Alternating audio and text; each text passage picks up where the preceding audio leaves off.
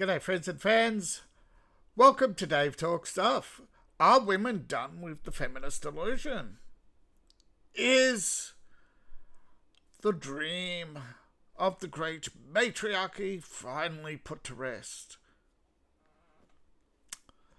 Well, for some, it's definitely happening. But for others, yes, it is most likely that a large number of women still hold to feminist ideals. There's not in dispute. But what we're looking at is the slow decline of feminism. A former Democrat turned Republican reflects on her time with the cult of the progressive. And am now conservative. And here are things I've learned from being on both sides. Liberals will be some of the most loving, encouraging people you will ever meet. Specifically the LGBTQ community, until you disagree with them. And then it becomes incredibly cult-like. Conservatives are incredibly willing to talk to people that they disagree with. A huge thing when I was a liberal was I made all of my problems my whole personality trait and had such a negative outlook on the world. When I was a liberal, I made all of my issues my whole personality. Yeah, if you think that women's rights are at stake and that the whole world is going to blow up in 5 minutes, things are going to be pretty depressing. When I was a liberal and all the people around me were liberals, almost every single person was heavily medicated. Conservatives have a huge issue with trust in the government. We don't trust the government at all, but to a point of fault sometimes. I'll agree with that. I definitely distrust the government way too much. I really believe that most liberals that want to allow illegal immigrants into our country just want those people to have a better life. Because I used to think that too.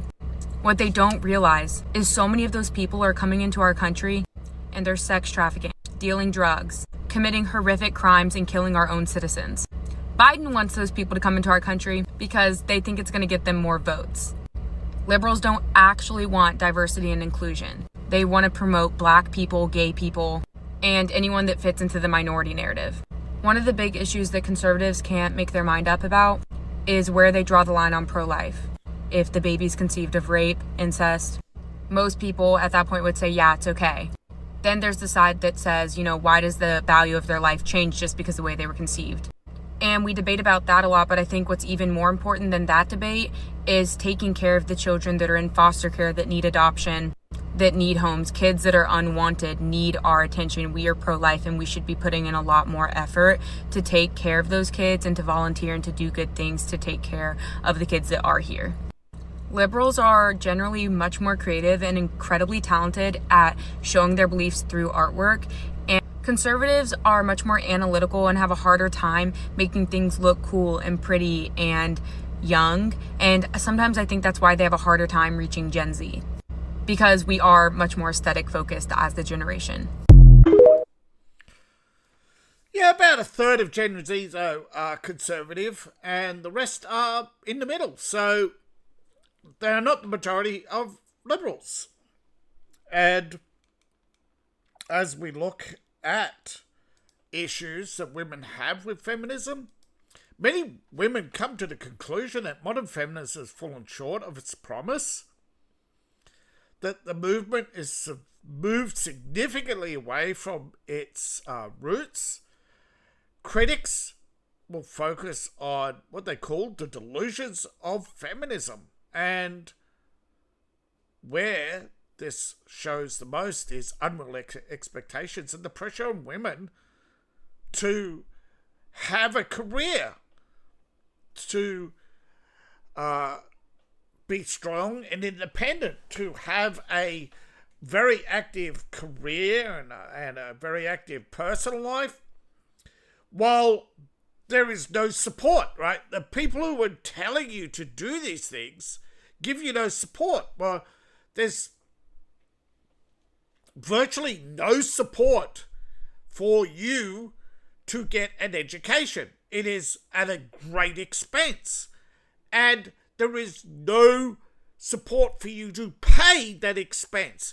They talk you into getting these degrees, but then they don't turn around and accept the responsibility when you can't get a job, when you can't pay the bills. They reject traditional roles of women, yet who's going to do domestic work? You're not in a relationship. Who's going to clean for you? Who's going to cook for you? You have to do all these things on top of having a career, on top of paying an enormous bill. And most women are only getting into housing, and they won't admit it, but only getting the housing through prostituting themselves into marriage and then leveraging marriage to get that house off a man.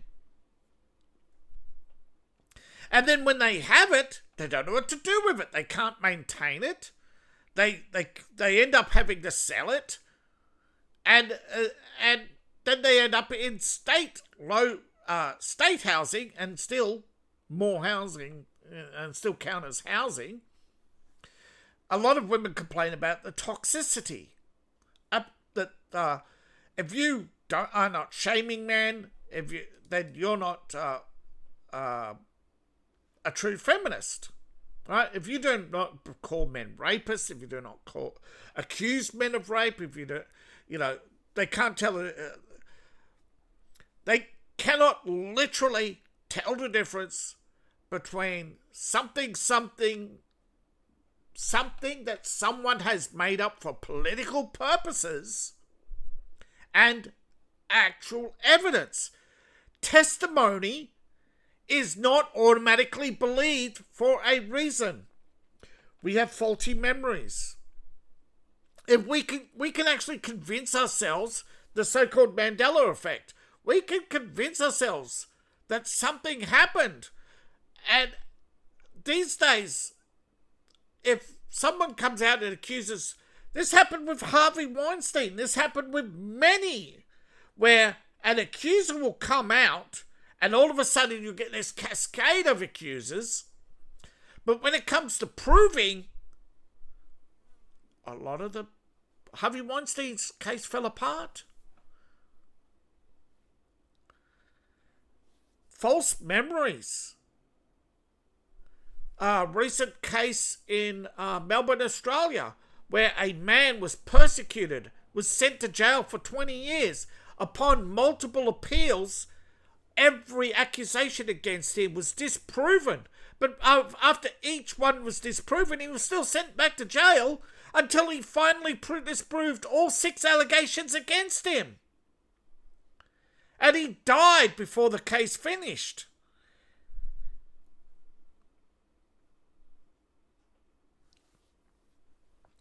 The victims were never forced to repay the money because they still suffered some sort of injustice.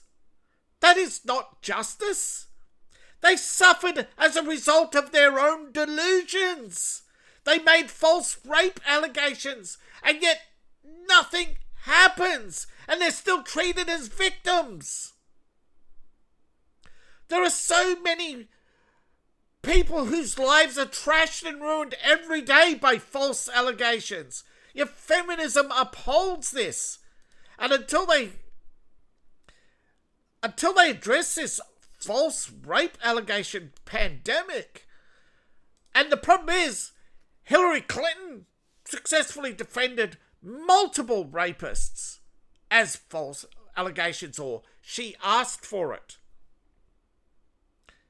She said she fantasized about it, that she engaged in lewd behavior. Well, same with Tara Reid. Was it Tara Reid?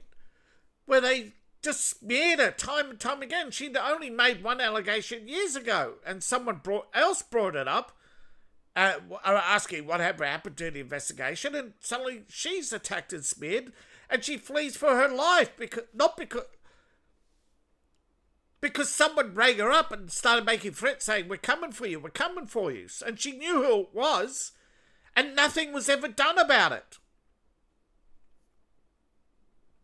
Many critics say that modern feminism doesn't address women's real needs, that it's pseudo-feminism, that it's performative, superficial, that it doesn't achieve anything for women other than a feel-good, and we can point to the recent Pussy Hat March. What did it achieve?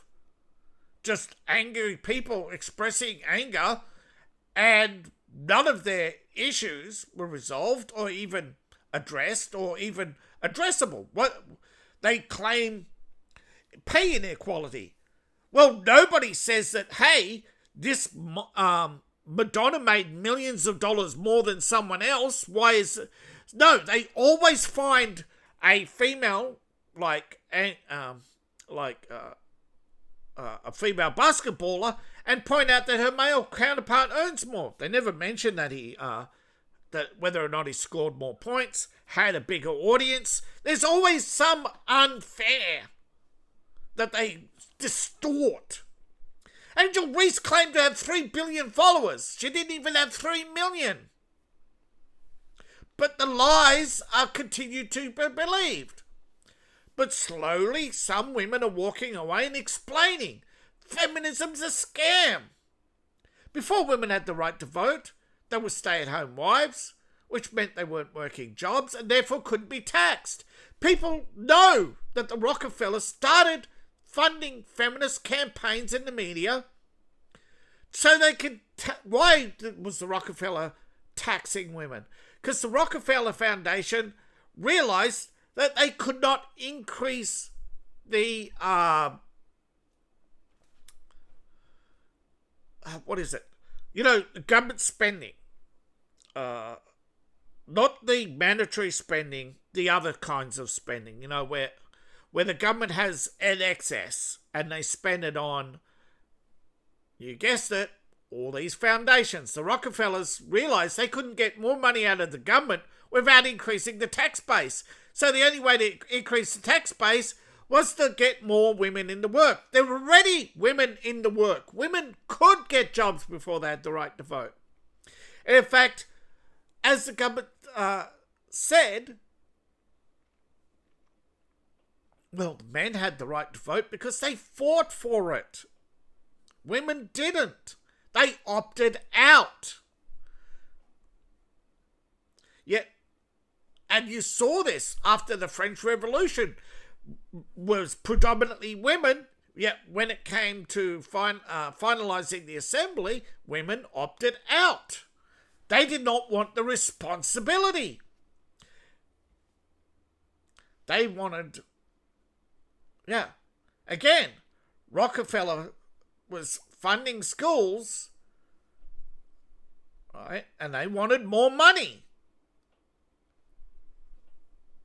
Years ago, I was an angry, blue-haired feminist. I once believed that male privilege was real and that I was a victim of the wage gap. Now that I understand the true motives of feminism, I know that this could not be further from the truth, and that modern-day feminism is a war on true masculinity. Before women had the right to vote, most were stay-at-home wives, which meant they weren't working jobs and couldn't be taxed. Our overlords didn't like that. Rockefeller started funding feminist campaigns in media, and as a consequence of the movement, women started entering the workforce and leaving the home. Children would then be separated from their parents and sent to Rockefeller-funded schools to be indoctrinated by the state. All of this ultimately disrupting the family unit at its core. Feminism is defined as the belief in social, economic, and political equality of the sexes. But in the West, I must ask, what rights do men have that women don't? Modern feminists are convincing women that hookup culture, using hormonal birth control, and not shaving is liberation. That toxic masculinity is prevalent and the patriarchy must be dismantled. Through movies and media, we're taught that working for the man, climbing the corporate ladder, and paying tax is more empowering and valuable than raising the next generation. Women have lost touch with our natural loving instincts, and birth rates are plummeting. Men and women are not the same. And by protesting for equality of outcome rather than opportunity, feminists are demonizing and emasculating men.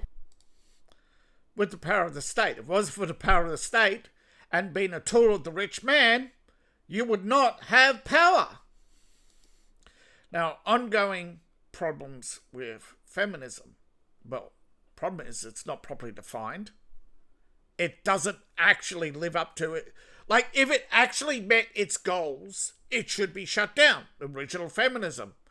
We got the vote. Shut down. No, they didn't. They went looking for more, and so they created this never-ending parade of sexism and systemic oppression, which they cannot define. They created a generational divide. Like 53% of Gen Z women identify as feminists compared to 32% of Gen Z men. So feminism points that out as inequality, and it is a decline. Reclaiming the movement. Feminism has been hijacked by the trans LGBTQ agenda, and it has divided the movement into pro and anti-trans. Some women have believed that it's just a popular cult for hookup culture, and it is increasingly seen as to be a feminist is to be a lesbian, and never-ending hookup culture with a 75% divorce rate, a much higher rate of sexual abuse, and a much higher rate of suicides amongst, men have a much higher rate of suicides overall, but women who become lesbians have a higher suicide rate than the standard norm for women, which, unfortunately, all suicides are unfortunate, and you should seek help, but the majority don't, unfortunately, even though no matter how much we encourage, and I encourage people to seek help, again, within the feminist movement, there is no help. They will blame men, which is why so many women are on antidepressants. And as you see, by stop being a feminist, you eventually heal. Now, the media would have you believe the fight for equality is far from over and that there is a long way to go with issues such as the pay gap and sexual harassment.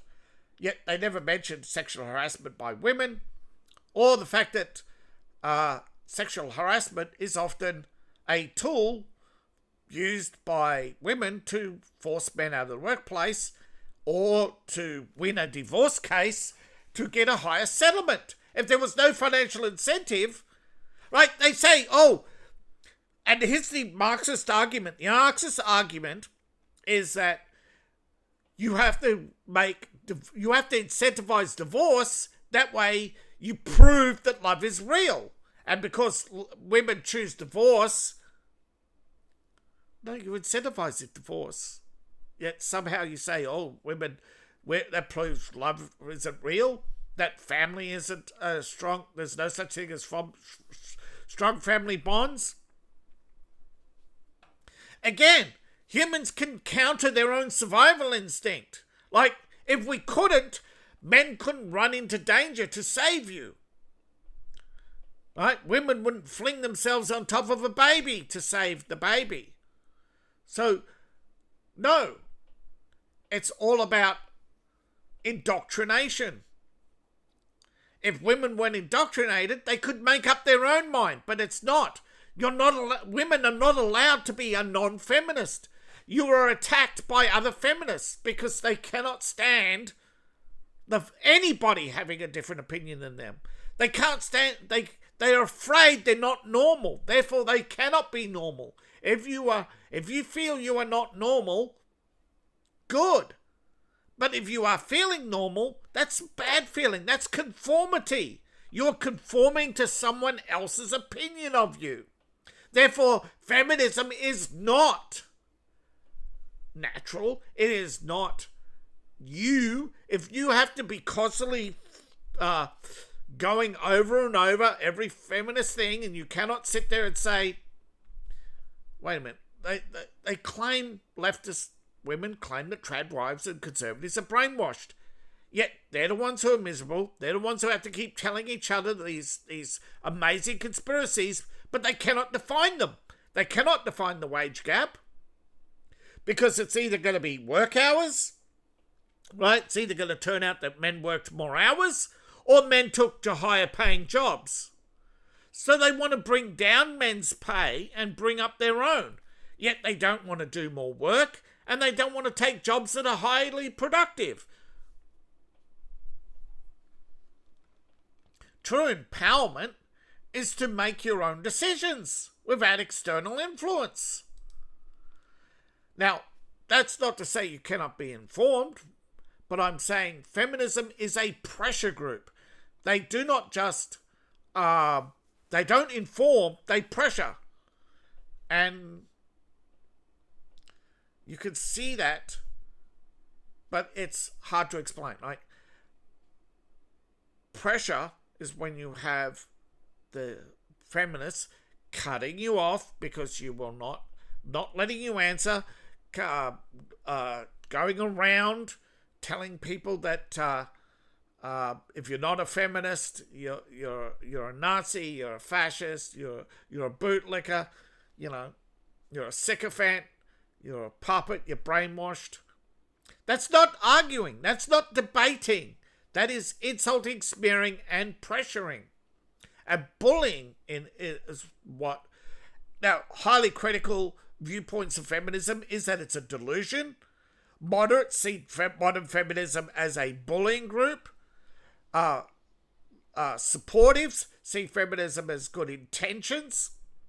But those feel that any problems with feminism results from feminism being misinterpreted, or that any extremists are just outliers, and that those who call for men to be killed or enslaved are just fanatics, or they're just trolling you.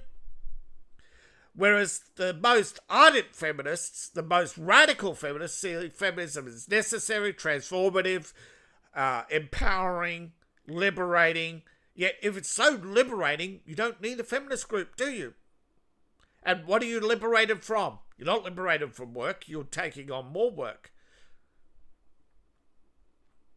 You are taking on a job, all your housework, all your yard work, all the work in your life.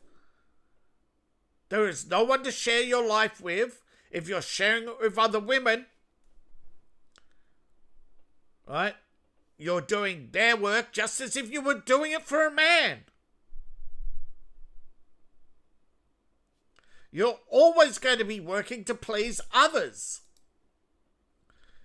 Meanwhile, some realize this and realize that they want to be happy. They realize that part of being the human experience is to trade your goods and services with someone else, and that you also have to balance it, right? You have to be loyal. You have to be caring. You have to be selective. You have to be honorable. You have to keep your word. You have to only have one relationship in your lifetime. The ideals of the conservative with the problem is liberals are... So conservatives and liberals are at the extreme ends, right? And the people in the middle, that's the 33%. They're the ones who are the happiest. They're the ones who have successful relationships, successful careers, successful families. Because, now, not everybody's going to have that success. You are not going to... The chances are you're more likely to meet a bad woman than a good woman. Most good women get married, stay married, and only have one relationship. Now, the fact that tradwives is only slowly growing is irrelevant, because the government, the foundations, until the foundation of society turns against the billionaire class, not for feminism, for using state power, for banks to be nothing but usury. All right? Until private banking, private foundations, private NGOs, right? All these non-religious organizations, they call them non-governmental organizations, yet they're funded by the government. They are arms of the government. They're not religious. They're not social movements because they're funded by the government and they answer to the government. They are funded, they are nothing but vehicles of the government. Influence peddling operations. And that is what feminism is. It's an influencing peddling operation to make sure that the rich keep getting richer. And they justify it by saying the economy. Yet the economy is getting worse. Less people earn more, right? More people earn less. So the pay gap is a result of feminism, not the other way round. Feminism is causing the problems. It's causing the economic distortion. It's forcing people to have two incomes. It's forcing families to have multiple incomes just to afford the lifestyle that one income 40 years ago provided. Because always wanting more is feminism. It is the narcissism, the greed, all the sins. But primarily, it is greed and envy. They see someone else have something and they want it too. And they want your job. Sorry, they don't want your job. They don't want your responsibilities. They want your paycheck. And they don't want you. You earn it, but they want to control it. And when they can't control you through marriage, when the men who are no longer controlled through marriage, they started controlling them through the state. Don't forget, the Rockefeller Foundation wasn't just rich men, right? They married whores. They married women who went out into the media. You look at Code Pink. They are wives of billionaires. They are not working class women. They are using the feminist movement to fund their trips. 33 trips a year, averaging $1 million. Most of their fundraising is spent on them. Just two people. Most of their fundraising comes from shaking down companies for equity and equality. And it's just over and over again, the same grift. Feminism claims choice, yet if you don't choose feminism, they ostracize you. And that is bullying.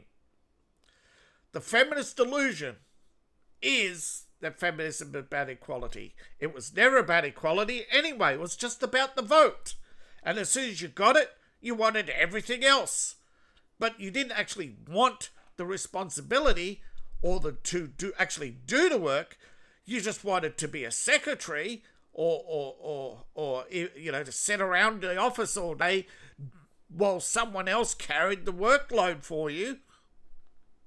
That you're a protected class, so you can't be fired. You wanted to be an activist that paid as a school teacher. You want kids to go out and protest. And then you wonder, oh, well, we'll just use robotics. This is the problem. Right? You'll have a techno-barbarian society where robots do all the work and people can't even maintain the robots. People with no skills just running around screaming angry slogans without meaning or purpose in life. Everybody seeks purpose in life, and that is what feminists manipulate. Former feminists, the numbers rising, but it is a slow rise. But as seen, the majority of women who still identify, not by much, as feminists. It's a declining number, and eventually it'll be in a minority. And once it becomes a minority, you'll see a shift in voting patterns, and you'll see a panic. So thank you for watching. Please like, share, and subscribe. Please support the channel and support me on Ko-Fi, Patreon, buy my books, buy my merch. I appreciate each and every one of you. See you in the next video, and bye for now.